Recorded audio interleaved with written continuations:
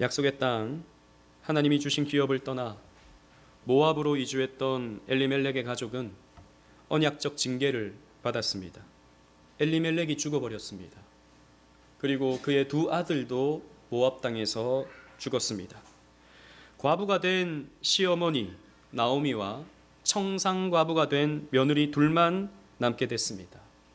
그러자 이제 한 며느리였던 오르바는 자기 백성, 모압의 백성, 그리고 모압의 신에게로 돌아가 버렸습니다. 하지만 룻은 시어머니를 떠나지 않고 어머니의 백성이 나의 백성이며 어머니의 하나님이 나의 하나님이라는 굳은 맹세를 하게 되었습니다. 이것은 단순히 시어머니에 대한 동정 때문이 아니었습니다. 이것은 룻의 하나님에 대한 신앙 고백이었죠. 그녀는 요단강을 건너 하나님의 땅, 약속의 땅, 가나안 땅으로 옮겨가고 싶었습니다. 그래서 나오미는 룻과 함께 베들레헴으로 돌아오게 됩니다. 나오미의 이름의 뜻은 기쁨이라는 뜻입니다. 베들레헴 사람들이 돌아온 나오미를 보면서 나오미야, 나오미야 라고 불렀을 겁니다. 나오미, 기쁨아, 기쁨아 이렇게 불렀겠죠. 그러자 나오미는 이렇게 대답합니다. 1장 20절 말씀 여러분 보십시오. 1장 20절 말씀 다 같이 한번 읽어볼까요? 1장 20절 시작. 나오미가 그들에게 이르되 나를 나오미라 부르지 말고 나를 마라라 부르라. 이는 전능자가 나를 심히 괴롭게 하셨음이니라. 아멘. 마라라는 말은 괴로움이라는 뜻입니다. 요즘에 마라탕이 굉장히 유행하는데 요 앞에도 마라탕 집이 있어요. 우리 요셉이 다엘이랑 마라탕도 같이 먹어봤는데 처음 먹어봤거든요. 맛있더라고요. 근데 마라탕이 먹으면 좀 맵잖아요. 그래서 마라인가? 이렇게 생각하시는 분이 있겠지만 그 마라와 이 마라는 전혀 다른 마라입니다. 마라라는 말은 원래 출애굽 시에 이스라엘 백성들이 홍해를 건너고 물이 없어서 목이 말랐을 때 그 웅덩이를 발견하게 되죠. 물웅덩이를 발견하게 되죠. 그 웅덩이의 물을 마셨을 때 물이 굉장히 썼습니다. 그때 쓰다 라고 하면서 사람들이 마라라고 불렀죠. 이 마라라는 말은 쓰다, 괴롭다 라고 하는 뜻입니다. 히브리어로. 그래서 마라라고 자기를 부르라고 하는 것이죠. 내 인생이 너무 쓰다는 것입니다. 내 삶은 너무 고통스럽다라는 것이죠. 그리고요, 이 나오미의 말을 들어보면 전능자가, 즉 하나님이 자신을 심히 괴롭게 했다고 하나님께 서운한 감정을 숨기지 않습니다. 하나님이 나로 심히 괴롭게 했다라고 뭔가는 불만스러운, 뭔가는 답답한 심정을 표현하고 있죠. 21절 말씀에도 보시면 내가 풍족하게 나갔더니 여호와께서 내게 비어 돌아오게 하셨느니라. 여호와께서 나를 징벌하셨고 전능자가 나를 괴롭게 하셨거늘 너희가 어찌 나를 나오미라 부르느냐 하니라 라고 했습니다. 즉 내가 나갈 때는 그래도 좀 먹을 것이 풍족했는데 돌아오니까 빈손이다 라는 것입니다. 여호와께서 나를 징벌하셨고 전능자가 나를 괴롭게 하셨거늘 어찌 나를 나오미라 부르느냐, 나를 마라라 불러라. 어찌하여 나를 기쁨이라고 부르느냐, 나를 마라라고 불러라 라고 지금 나오미는 말하고 있습니다. 지금 나오미의 상태가 딱 이 상태죠. 괴롭습니다. 빈털털입니다. 남편이 죽었어요. 눈에 넣어도 아프지 않을 두 아들이 죽었습니다. 그의 삶뿐만 아니라 그의 영혼까지도 마라가 되고 말았습니다. 이 나오미의 표현을 보면요, 나오미에게 있어서 하나님은 너무나도 잔인하신 하나님이십니다. 너무나도 혹독하신 하나님이시죠. 마치 눈에 쌍심지를 켜고 뭔가 잘못을 하면 회초리를, 무시무시한 회초리를 드시는 그런 잔혹하신 하나님으로 나오미는 생각하고 있습니다. 그래서 항복해서 천부여 의지 없어서 손들고 옵니다 하고 하는 것처럼 항복해서 베들레헴으로 온 나오미지만 그녀에게 하나님은 너무나도 냉담한 하나님, 그녀에게 있어서 하나님은 너무나도 멀리 계신 하나님입니다. 여러분, 여러분들에게 있어서 하나님은 어떤 하나님이십니까? 우리의 삶이 녹록하지 않죠. 우리의 삶이 쉽지 않습니다. 안 좋은 일은 내게만 일어나는 것 같아요. 여러분 인생 그렇지 않습니까? 여러분들의 앞길은 환하게 열려 있습니까? 그렇지 않죠. 하나님 뭐 하시는가? 하나님 왜 나를 안 도와주시는가? 하나님은 왜 나한테만 이렇게 모질게 대하시는가? 하나님은 왜 나한테만 이렇게 잔인하신가? 라는 생각 혹시 여러분 해보지 않으셨습니까? 다른 사람들은 다 좋은 것 같아요. 다른 사람들은 다 행복한 것 같아요. 그럼 나만 힘든 겁니다. 지금 나오미가 딱 그런 상태입니다. 그래서 하나님에게 삐져 있죠. 하나님에게 삐져 있습니다. 여호와께서 나를 징벌하셨고 전능자가 나를 괴롭게 하시는데 왜 나를 기쁨이라고 부르느냐? 괴로움이라고 불러라. 그런데 이 나오미의 며느리인 룻은 그렇게 생각하지 않습니다. 룻의 하나님은 멀리 계시지 않아요. 룻의 하나님은 가까이 계시며 은혜를 베푸시는 하나님이셨습니다. 그래서 룻은요, 하나님의 날개 아래에서 은혜를 구합니다. 그리고 하나님은 이 베들레헴의 유력한 자 보아스를 이 룻에게 보내주시고 이 보아스라는 남자를 통해서 하나님의 은혜가 전달되게 하시죠. 1절 말씀 우리 다 같이 한번 읽어볼까요? 2장 1절입니다. 룻기 2장 1절이에요. 다 같이 읽겠습니다. 시작. 나오미의 남편 엘리멜렉의 친족으로 유력한 자가 있으니 그의 이름은 보아스더라. 아멘. 여러분, 엘리멜렉의 친족 가운데, 친척 가운데 보아스라고 하는 사람이 있습니다. 이 사람은 성경에 의하면 유력한 자라고 했습니다. 이 말은 재산도 많고 권세도 있는 그런 힘 있는 사람이라는 뜻입니다. 그의 이름이 보아스인데요, 이 보아스를 룻이 만남으로써 그들 안에서 사랑이 싹트게 만듭니다. 그래서 구속의 로맨스가 펼쳐지게 되는 것이죠. 그러나 이 로맨스는 단순한 로맨스가 아닙니다. 앞에서 말씀드린 것처럼 구속의 로맨스, 즉 하나님은요, 이 로맨스의 이야기를 통해서 우리에게 뭔가 구속적인 메시지, 구속사적 메시지를 우리에게 주신다라는 것이죠. 그 메시지를 함께 살피면서 여러분들과 은혜를 나눠 보고자 합니다. 2절 우리 다 같이 읽어보도록 하겠습니다. 2절입니다. 시작. 모압 여인 룻이 나오미에게 이르되 원하건대 내가 밭으로 가서 내가 누구에게 은혜를 입으면 그를 따라서 이삭을 줍겠나이다 하니 나오미가 그에게 이르되 내 따라 갈지어다 하매. 아멘. 보십시오. 나오미는요, 의욕을 다 잃어버린 것 같습니다. 그러니까 집 밖에 나갈 생각을 하지 않는 것이죠. 아무것도 하기 싫은 거예요. 하나님 나를 벌하시지 뭐 다 잃어버렸지 무슨 소망이 있나, 의욕이 하나도 없는 그런 상태가 되어버리고 말았습니다. 그런데 그렇게 시간만 보내면 어떻게 됩니까?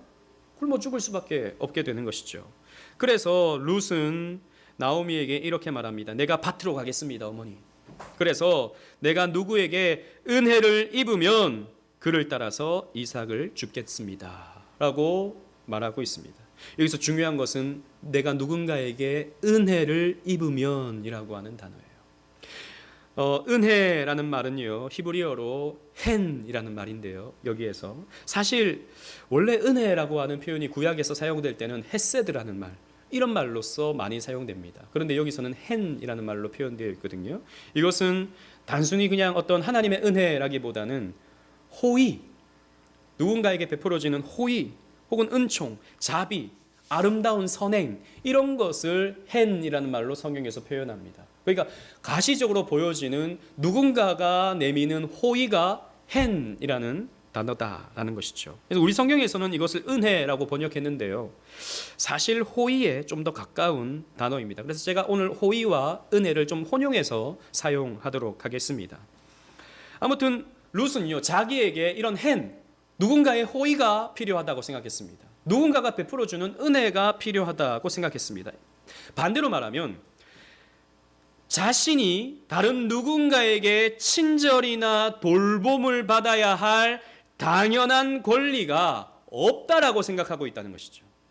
그러니까 누군가에게 호의를 받아야 된다, 이 말은 나는 호의를 받을 권리가 없다라고 생각을 하고 있다는 것입니다. 왜냐하면 룻은요, 모압의 딸이기 때문입니다. 이방인이기 때문이에요. 그래서 밭에 나가도 모든 사람들이 호의적으로 룻을 대하겠다고 생각하지 않았던 것입니다. 호의를 베풀어 줘야만 이삭을 죽일 수 있다라고 생각을 하는 것이죠. 여러분, 룻기는요, 굳이 2장 2절에 보면 룻을 소개할 때 모압 여인 룻이라고 못 박아서 설명해 주고 있습니다. 그러니까 기억해라라는 것입니다. 이 여인은 단순한 여인이 아니다, 모압 여인이다. 이방인이다라는 것이죠. 지금도 유대인들은 자기들만이 선민이라고 생각하고 있죠. 지금도 저 유대인들은요, 자기들만 하나님께 선택받은 백성이고, 이방인들은, 그러니까 유대인을 제외한 다른 민족들은 사실 뭐 짐승 비슷한 그런 존재라고 생각을 하고 있습니다. 물론 사회생활 속에서는 같이 공존하고 있지만 그들의 생각 이면에는 그런 차별되어진 그런 민족 의식이 있는 것입니다. 이때는 더했죠.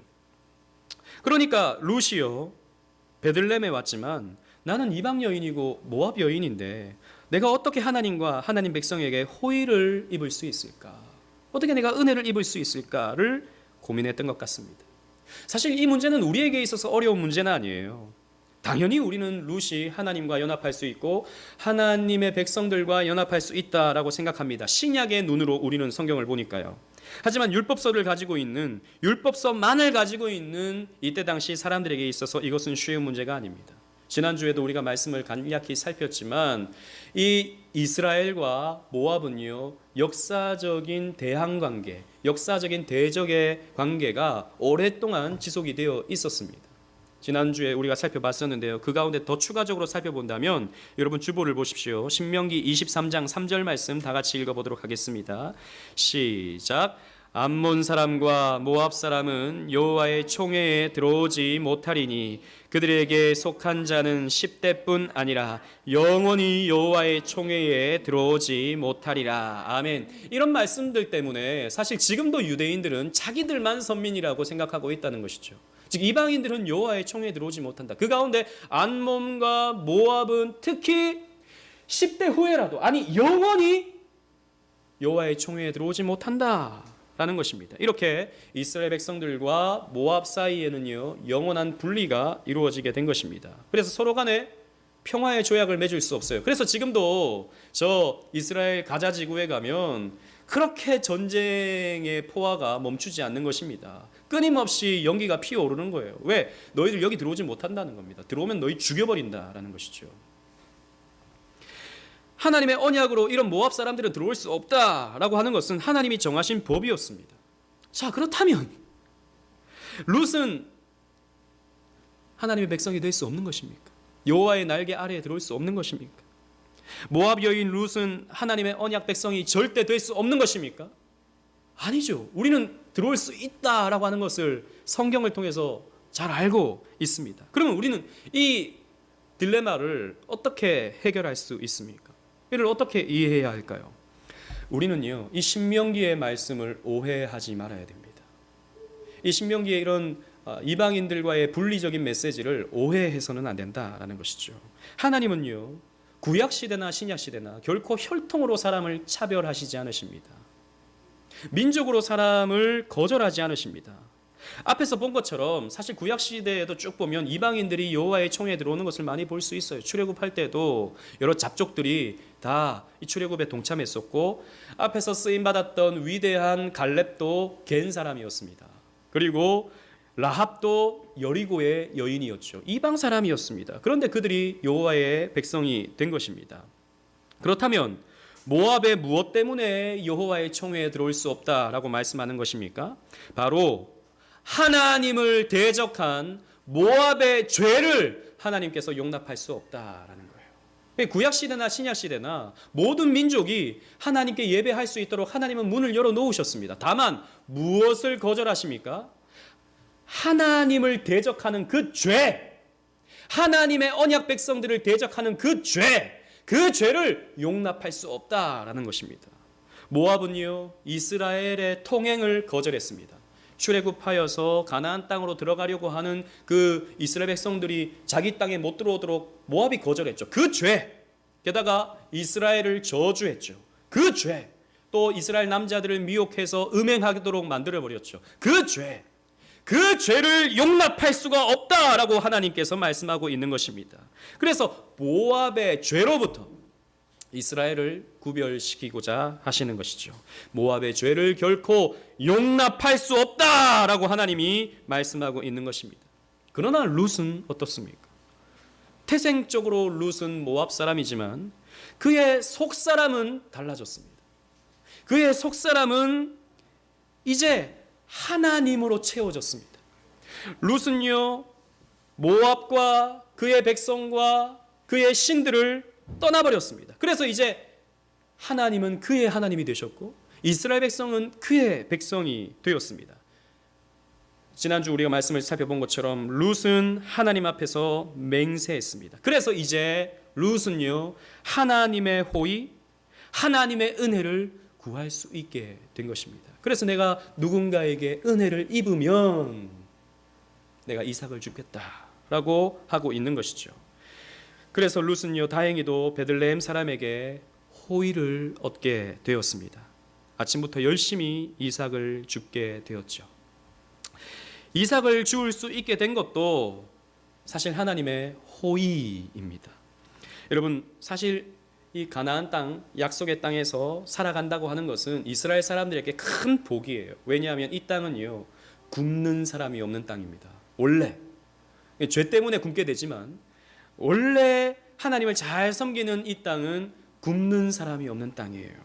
가난한 사람들과 이 땅을 지나가는 타국인들도 먹을 수 있는 것이 공급되어지는 땅이 바로 이 가나안 땅입니다.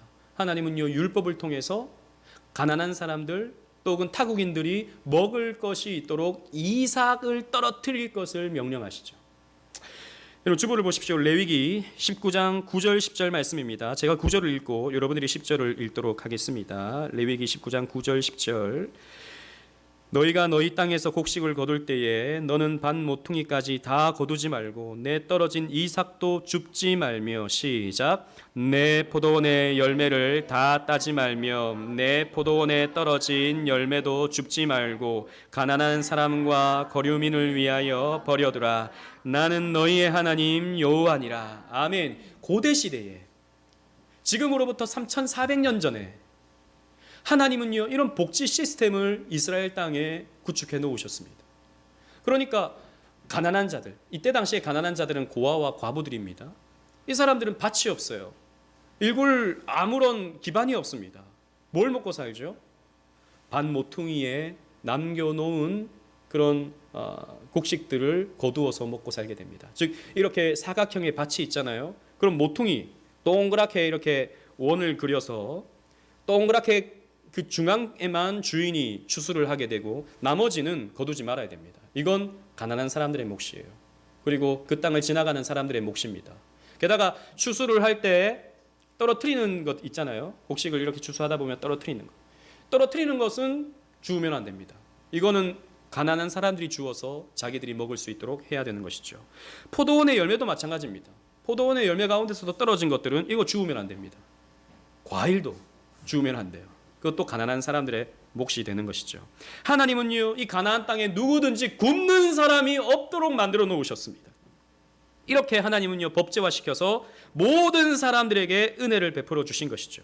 그런데 여기서 중요한 표현, 하나님이 이런 규례를 주시면서 마지막에 뭐라고 말씀하십니까? 나는 너희의 하나님 여호와니라 라고 말씀하고 있다는 것입니다. 즉 하나님이 이런 규례를 주시는 까닭이 무엇입니까? 하나님은 인자하신 하나님, 하나님은 긍휼이 풍성하신 하나님, 하나님은 모든 사람들을 돌보시는 하나님이다 라고 하는 것을 하나님이 가르쳐 주시는 거죠. 여러분 기억하십시오. 하나님은요, 인자하신 하나님이십니다. 나오미는 하나님을 오해했어요.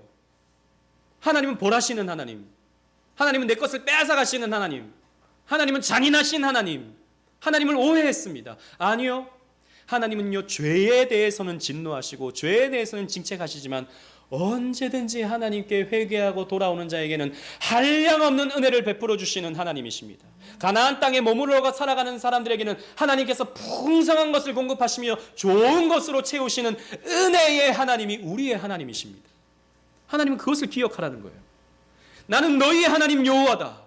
나는 너희에게 먹을 것을 공급해주고 가난한 자를 돌보는 인자한 하나님이다 라고 하는 것을 하나님이 가르쳐 주시는 것입니다. 그래서 출애굽기 34장 6절 말씀에 주보했습니다. 하나님은 이스라엘 백성들에게 당신을 계시하실 때 이렇게 말씀하셨어요. 여호와께서 그의 앞을 지나시며 선포하시되 여호와라 여호와라, 자비롭고 은혜롭고 노하기를 더디하고 인자와 진실이 많은 하나님이라 라고 하나님이 말씀하셨습니다. 여러분 그렇습니다. 하나님은요, 자비로우신 하나님이세요.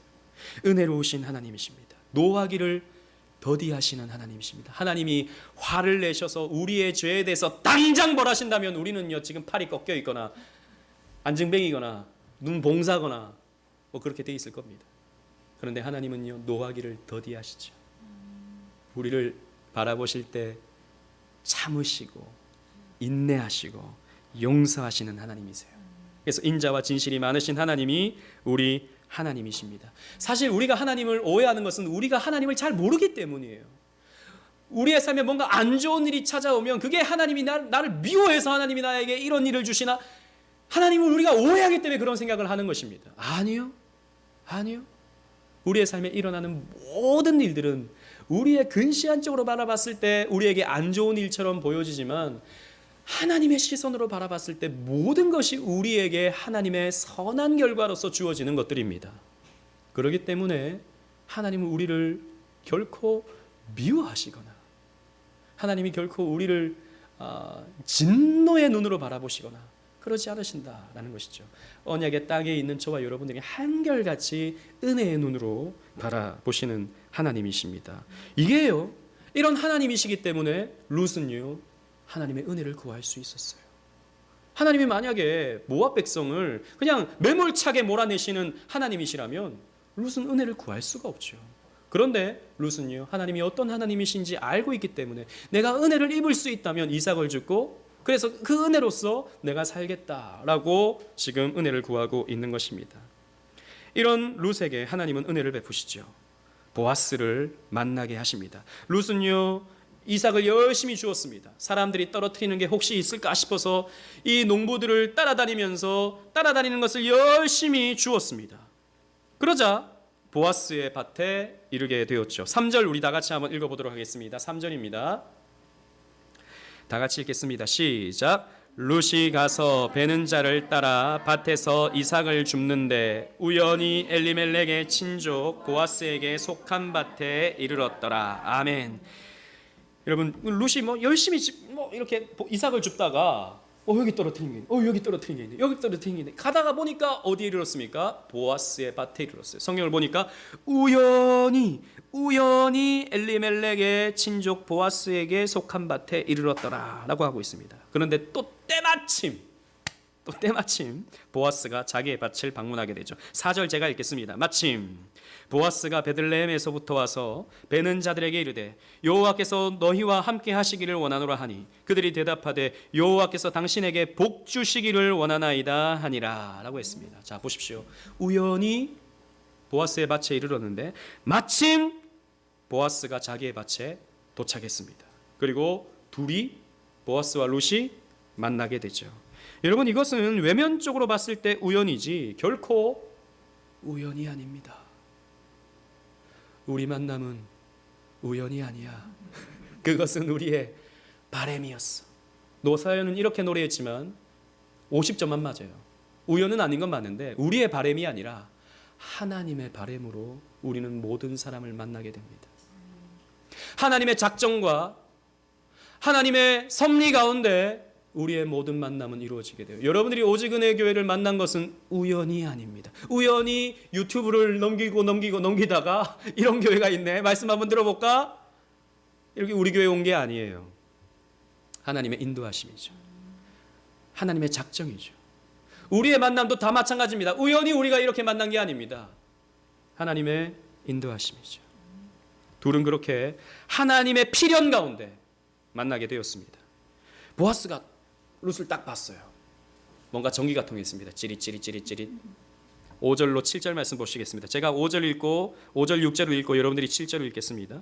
보아스가 베는 자들을 거느린 사환에게 이르되 이는 누구의 소녀냐 하니 베는 자들을 거느린 사환이 대답하여 이르되 이는 나오미와 함께 모압 지방에서 돌아온 모압 소녀인데 시작. 그의 말이 나로 베는 자를 따라 단 사이에서 이삭을 줍게 하소서 하였고 아침부터 와서는 잠시 집에서 쉰 외에 지금까지 계속하는 중이니이다. 아멘. 보아스가 딱 보니까 새로운 여인이 있거든요. 뭔가 좀 빛이 나거든요. 여러분 이 빛은 이뻐서 나는 빛이 아닙니다. 성경에 보면요, 뭐 보아스 이 룻이 특별히 이뻤다거나 뭐 외모가 수려했다거나 아니면 매력이 있었다거나 그런 표현이 별로 없어요. 오히려 정황들을 보면 룻은 사람들에게 외면당했고 사람들에게 좀 무시당하는 그런 지금 상황 속에 있었습니다. 그런데 룻이 딱 봤을 때 뭔가 아우라가 이렇게 나는 것이죠. 우리가 처음 이렇게 남녀가 만나게 되면 그런 아우라를 못 느꼈나요? 좀 느끼지 않습니까? 보아스가 그런 느낌을 받은 것이죠. 그래서 이 소녀가 누구냐라고 사원에게 묻습니다. 사실 성경을 보면요, 소녀라고 하는 표현은 좀 지나치게 이렇게 한 표현이에요. 직역을 하면, 원어를 직역하면 젊은 여자입니다. 이 젊은 여자가 누구냐? 아무래도 이 룻은요 20대 초반의 여자거든요. 그러니까 이 사환이 자초지종을 이 보아스에게 말해줍니다. 아마도 꽤 상세하게, 성경에는 짧게 그냥 요약적으로 이렇게 표현하고 있지만 아주 상세하게 룻에 대해서 알려준 것 같습니다. 그리고 룻에 대해서 이런 사연이 있는 여자구나 라고 하는 것을 듣게 되면서 감동했죠. 이런 여자가 왔구나. 그래서 보아스가요 룻을 부릅니다. 8절 말씀 보십시오. 8절 말씀 다 같이 읽겠습니다. 시작. 보아스가 룻에게 이르되 내 딸아 들으라. 이삭을 주우러 다른 밭으로 가지 말며 여기서 떠나지 말고 나의 소녀들과 함께 있으라. 아멘. 보아스가 룻에게 내 딸아 이렇게 불렀습니다. 내 딸아. 아니 무슨 망측하게 자기가 낳은 사람도 아닌데 여자도 아닌데 내 딸아 이렇게 부릅니까? 이때 당시는 내 딸아 라고 부르는 것은 친근함의 표현입니다. 즉 조금 나이가 많은 그 남자가 나이가 조금 어린 여자에게 친근한 관계 속에서 내 딸아 라고 이렇게 부르게 되는 거예요.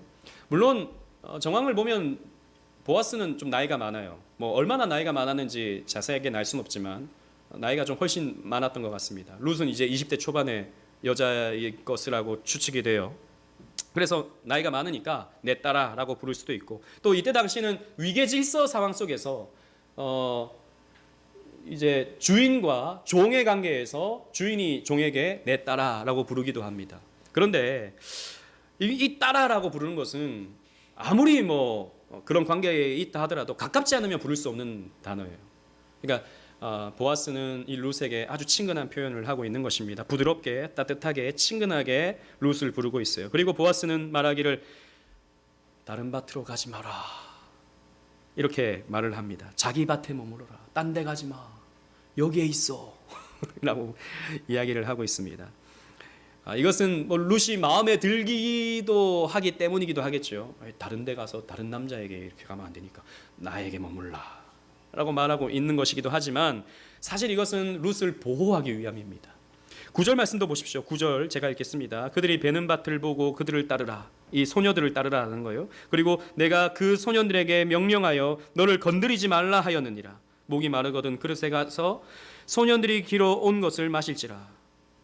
보아스가 이렇게 말해줍니다.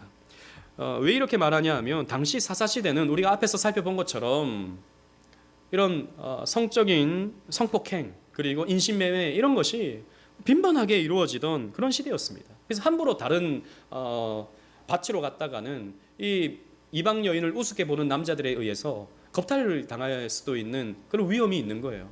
아무래도 여러분 이때 당시는 여자를 좀 이렇게 낮게 보는 시대였고 뭐 그러면 안 되지만 낮게 보는 시대였고 그리고 게다가 또 이방 여인입니다. 그러니까 더 쉽게 보는 거예요. 뭐 아무렇게나 해도 상관없다라고 생각하는 그런 상황에 있었던 것이죠. 그렇기 때문에 이 룻이 위험에 처할 수 있는 거예요. 딴 데 가지 말고 여기에 머물러라. 그리고 나의 소녀들과 함께 있고 내가 소년들에게 말하기를 저 여자 건들지 마라. 저 이 모압 여인 함부로 하지 마라 라고 내가 말을 했다. 그리고 언제든지 목이 마르면 여기 와서 물을 마셔라 라고 보아스는 친절을 베풀어 줍니다. 자 보세요. 룻은요 이삭을 주울 수 있는 은혜 정도를 구했습니다. 호의 정도를 구했습니다. 그런데 룻이 얻은 호의는 어떤 호의입니까? 그보다 더 큰 호의였어요. 보호를 해줍니다. 그리고 그 땅에서 나는 모든 떨어진 이삭들은 다 룻이 주울 수 있도록 해줍니다. 그리고 마실 물까지도 공급해줍니다. 원했던 구했던 은혜보다 더 큰 호의를, 더 큰 은혜를 룻이 받아 누릴 수 있게 된 것입니다. 그리고 이런 호의를 받게 되자 룻은 이렇게 대답하죠. 10절 말씀 우리 다 같이 한번 읽어보도록 하겠습니다. 10절입니다. 시작. 룻이 엎드려 얼굴을 땅에 대고 절하며 그에게 이르되 나는 이방 여인이거늘 당신이 어찌하여 내게 은혜를 베푸시며 나를 돌보시나이까 하니. 이런 보십시오. 룻은요 이런 호의를, 이런 은혜를 받을 자격이 없다고 생각했습니다. 나는 이방 여인인데, 나는 모압의 피가 흐르는 여자인데, 그리고 이미 한 번 결혼을 했던 과부인데 왜 나에게 이런 호의를 베풀어 줍니까? 왜 나를 친근하게 대해 줍니까? 왜 나를 특별하게 대우해 줍니까? 난 그런 사랑을 받을, 그런 호의를 받을 자격이 없는 여자입니다. 라고 이 룻은요 대답을 해요. 그러자 보아스는 또 더 큰 위로의 말을 해줍니다. 11절 말씀 다 같이 읽어보도록 하겠습니다. 11절입니다. 시작. 보아스가 그에게 대답하여 이르되 내 남편이 죽은 후로 내가 시어머니에게 행한 모든 것과 내 부모와 고국을 떠나 전에 알지 못하던 백성에게로 온 일이 내게 분명히 알려졌느니라. 아멘. 내가 너를 안다라는 겁니다. 당신이 어떤 여자인지 내가 다 알고 있어. 당신이 얼마나 선한 마음을 갖고 있는 여자인지, 당신이 하나님께 대해서 얼마나 선한 마음을 갖고 있는 여자인지 내가 다 들어서 알고 있습니다. 라고 보아스는 아주 젠틀하게, 아주 따뜻하게 이렇게 대화를 해주고 있습니다. 여러분 생각해 보세요. 베들레헴으로 온 이 룻을요 다른 남자들은 쉽게 봤을 것입니다. 멸시했을 거예요. 모압 여인이라고 천대했을 겁니다. 남편을 잃은 여인, 그래서 저주받은 여인이라고 아마 우습게 봤을 것입니다. 그런데 보아스는 룻을 그렇게 생각하지 않았습니다. 얼마나 귀한 여자인지 알았어요. 얼마나 마음이 따뜻한 여자인지 알았습니다. 그래서 룻에게 어떤 일이 있었는지, 어떤 슬픔의 과거가 있었는지, 그 슬픔을 어떻게 극복하고 여기에 와 있는지, 그리고 그녀가 어떤 신앙을 가지고 하나님을 섬기려고 하고 있는지 보아스는 내가 들어서 다 알고 있습니다 라고 말하고 있다는 것입니다. 참 이 룻의 마음, 룻의 괴로웠던 마음, 룻의 외로웠던 마음, 그 마음을 알아주는 것이죠. 여러분들은 언제 위로를 받으십니까? 여러분들이 다른 누군가로부터 격려를 받았다라고 생각이 될 때, 그때는 언제이십니까? 다른 사람들이 여러분들을 알아줄 때이죠. 여러분들이 어떤 사람인지 알아줄 때. 여러분 사실 우리는요 늘 거기에 목말라 있거든요. 다른 사람이 나를 좀 이해해 줬으면, 그러니까 나를 막 축켜 세워줬으면, 이걸 바라는 게 아니라 내 진심을 좀 알아줬으면, 혹은 내가 참 열심히 산다라고 하는 것을 좀 알아줬으면, 그런 마음들이 우리에게 다 있거든요. 근데 그게 잘 안 되죠. 결혼해보면 제일 그 부부관계 속에서 부딪히는 게 뭐죠? 내 마음을 몰라주는 거거든요. 나는 열심히 해요. 특히 이제 여자분들 같은 경우에는 아이를 키우는 게 보통 일입니까? 아이 케어하는 게 이게, 저는요 하루만 아이들만 같이 있어도 이 온몸에 힘이 빠져요. 그런데 아이들과 하루 종일 있으면 이건 그냥 파김치가 되는 거죠. 근데 집에 남편이 와가지고 집이 왜 이렇게 좀 지저분해? 이런 말 하면요 속에서 이런 게 막 공감을 못 하시네요. 몇 분 안 계셔가지고 다 일부 예배를 드리셔가지고 공감을 못 하시죠. 막 속에 이런 게 막 올라오죠. 남자들도 마찬가지입니다. 밖에서 일하면요 힘들죠. 밖에서 사람들과 부딪히고, 그래서 속상하고 또 막 거래처 상대하고, 이게 엄청난 스트레스입니다. 집에 딱 들어와서 좀 쉬려고 하고 있으면 이제 우리 집에 뭐가 없고 뭐가 좀 필요한 것 같고 막 이렇게 얘기하고 있으면 뭔가 당신이 좀 부족해가지고 우리 집에 뭔가 좀 부족하다 이렇게 말하는 것 같아서 마음이 힘들 때가 많죠. 그러면서 이제 싸움이 시작되는 겁니다. 결국에는 뭡니까? 좀 내 힘든 걸 좀 알아줬으면 하는 마음 때문에 생기게 되는 갈등들이죠. 우리는 다 그런 마음을 갖기를 원합니다. 우리는 다 그렇게 서로가 서로를 좀 알아줬으면 하는 그런 마음을 갖고 있어요. 그래서 우리의 삶이 힘들어요, 여러분. 그래서 우리의 삶이 고통스럽습니다. 그것 때문에 뭐 여러 가지가 있지만, 그런데요, 참 하나님은요, 그런 것을 우리에게 잘 허락해 주지 않으셔요. 살아보면 그렇습니다. 내 마음을 사람들이 다 몰라줘요. 여러분 제 마음 아십니까? 여러분 제 마음 아셔요? 목사님 제 마음 아십니까? 알아주시는 것 같은데 잘 몰라줘요. 여러분도 마찬가지예요. 목사가 말이야, 목사님이 말이야, 좀 이렇게 좀 더 관심 가져주시고, 뭐 제가 여러분들의 마음을 몰라주죠. 우린 다 마찬가지입니다. 가정에서든 자식도 마찬가지고 부모도 마찬가지고요. 다 마찬가지입니다. 왜 그런 일이 있는가 생각해 보셔야 됩니다. 우리는요, 이 땅에서의 인간관계 속에서 우리는 다 체험을 갖지 못해요. 30년을 살아보십시오. 40년을 살아보십시오. 그게 되는가? 안 됩니다. 연예인 그 최수종은 그렇게 잘한다는데, 그 연예인이니까 그렇게 하는 거예요. TV에 나오니까. 그거 다 써주는, 작가가 써주는 대로, 다는 아니겠지만 일부 그런 게 많아요, 여러분. 그런 거 속지 마세요. 그런 거 보면서 우리 남편은 안 그런데 이렇게 하시면 안 되는 겁니다. 네, 우리는 그렇게 되지 않아요. 왜 그렇게 되냐면, 하나님이 왜 우리의 삶에 그런 것들을 이렇게 막혀두도록 내버려 두시냐면, 우리의 마음을 알아주시는 분은 예수님밖에 없습니다. 우리의 마음을 아시는 분은 하나님밖에 없어요. 그래서 이렇게 막히고 저렇게 막히고 이렇게 막히면요, 그제서야 우리는 하나님 쳐다봅니다. 하나님이 어떻게 말씀하십니까? 마치 보아스처럼 말씀하십니다. 내가 너를 안다. 예수님 그렇게 말씀하시죠. 나는 내 양을 안다. 나는 내 양의 이름을 알고, 내 양의 상태를 알고, 내 양의 문제를 알고, 내 양이 누구인지 안다. 나는 내 양을 안다. 나는 내 양의 목소리를 안다. 양도 내 목소리를 안다. 안다라고 하는 그 관계성 속에서의 표현을 예수님께서 쓰신다라는 것입니다. 주님만이 여러분들을 아십니다. 주님만이 여러분들을 아셔요. 그래서 여러분들의 시선을 주님께 고정해야 됩니다. 보아스는 룻이 어떤 여인인지 알고 있어요. 그리고 또 보아스는요, 룻에게 이렇게 말합니다. 12절 말씀 보십시오. 여호와께서 내게 내가 행한 일에 보답하시기를 원하며 이스라엘의 하나님 여호와께서 그의 날개 아래에 보호를 받으러 온 내게 온전한 상 주시기를 원하노라 라고 보아스는 말합니다.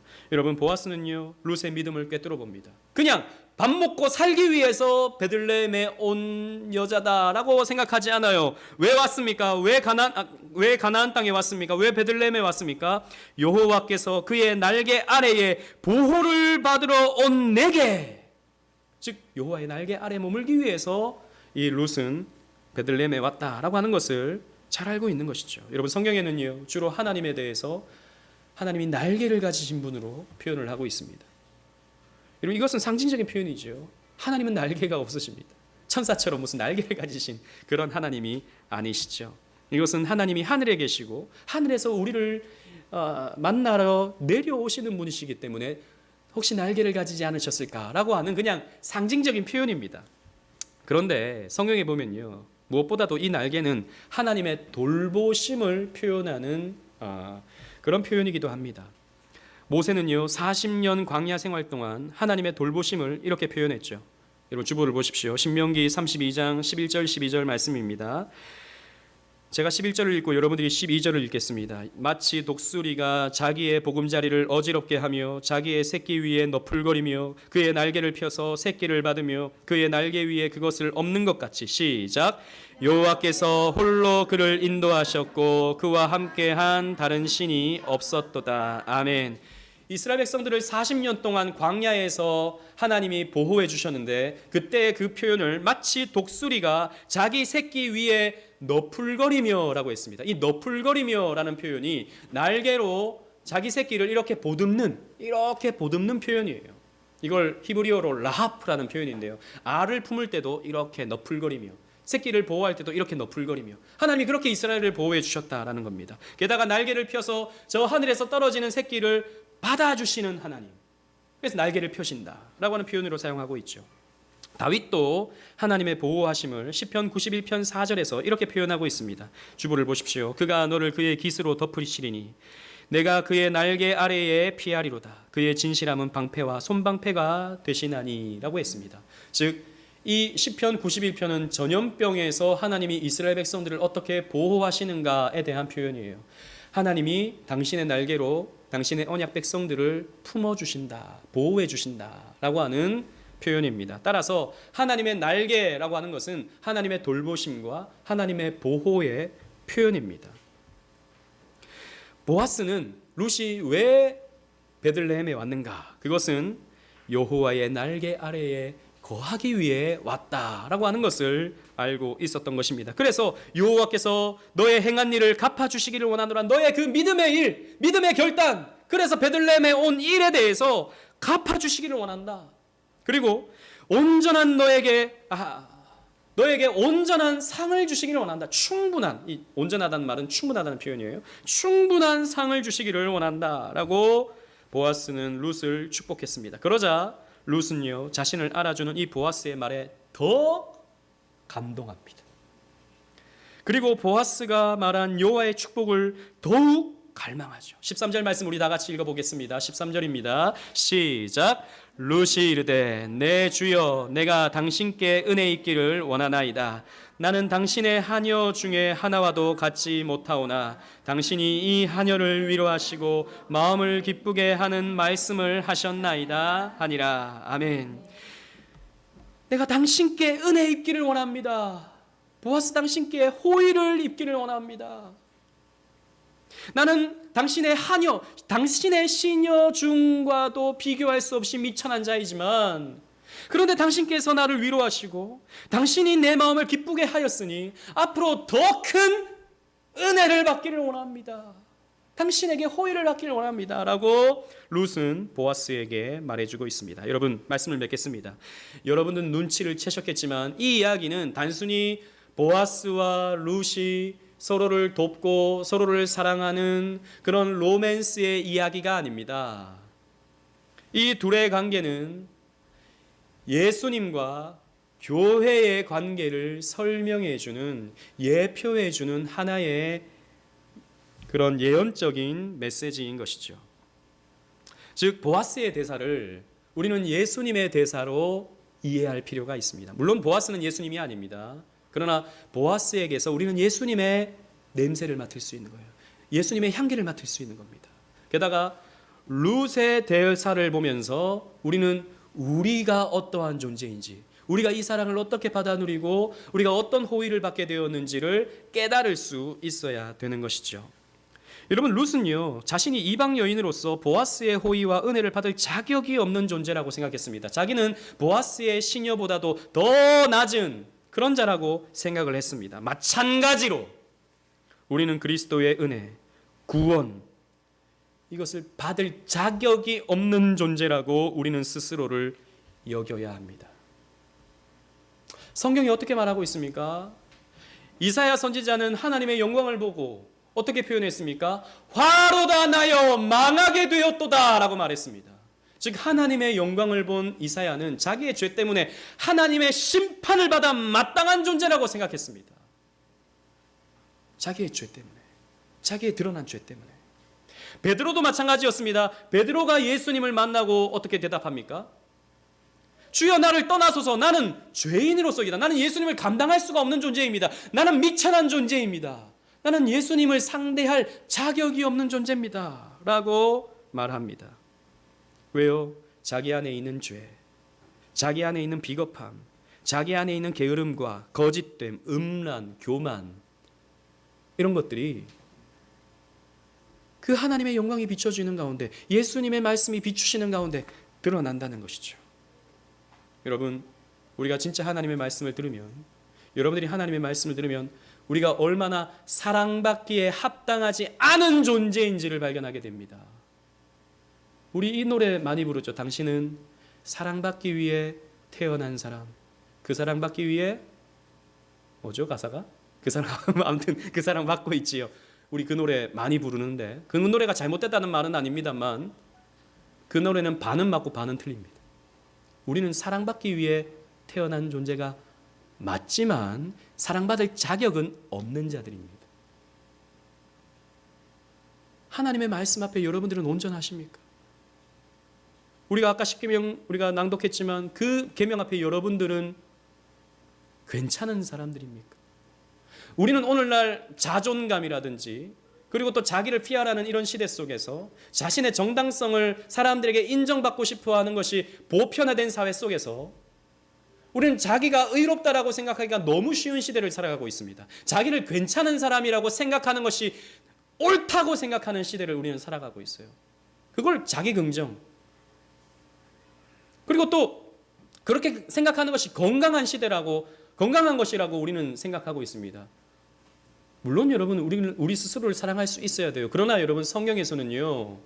원래 우리는 사랑받을 자격이 없는 존재라고 말하고 있습니다. 우리는 먼지와 같은 존재라고 말하고 있어요. 하나님 앞에서 우리는 죄 때문에 심판받아야 마땅한 존재라고 성경은 말해주고 있습니다. 그런데 우리를 하나님이 사랑해 주시는 거예요.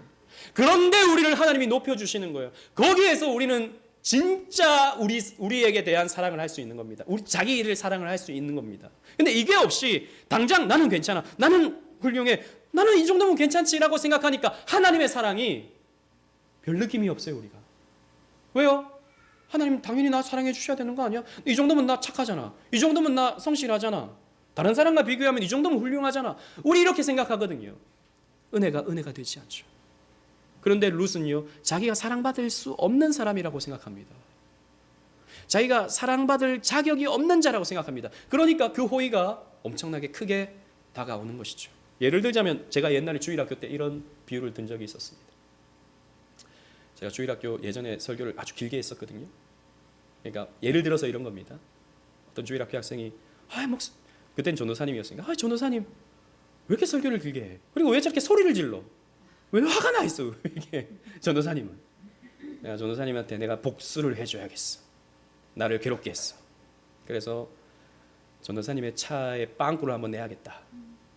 이런 못된 마음을 먹고 송곳을 들고 차에 가서 팍 찌르고 있었어요. 막 찌르고 있었어요. 그런데 갑자기 옆에서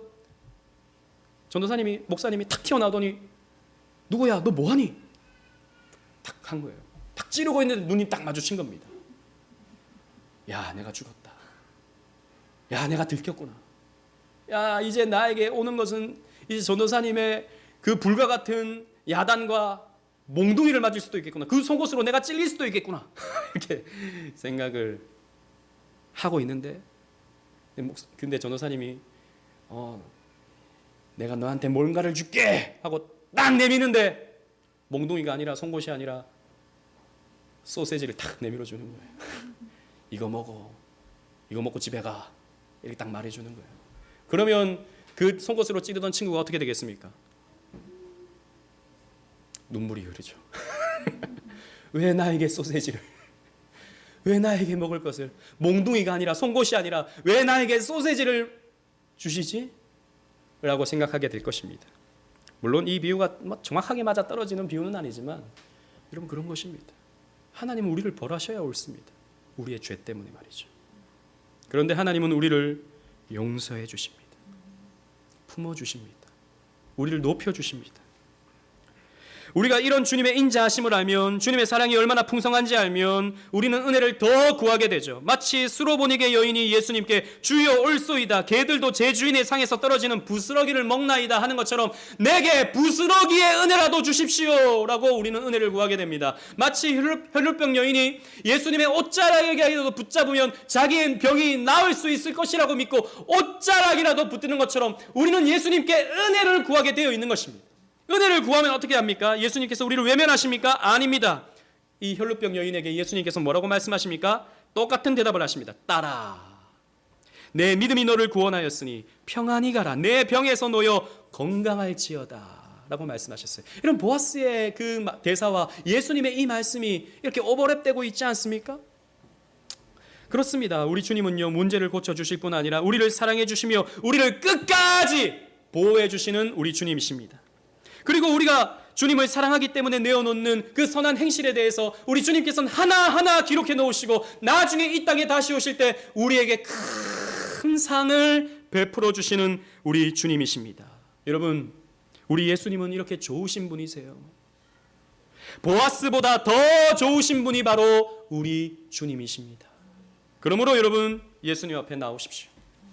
이 좋으신 예수님 앞에 나오십시오. 주의 친절한 팔에 안기십시오. 그분의 날개 아래에 거하십시오. 그렇게 할 때 우리 마음이 평안을 얻을 것입니다. 그 은혜를 받아 누리는 저와 여러분들 되시기를 주님 이름으로 축원합니다. 아멘.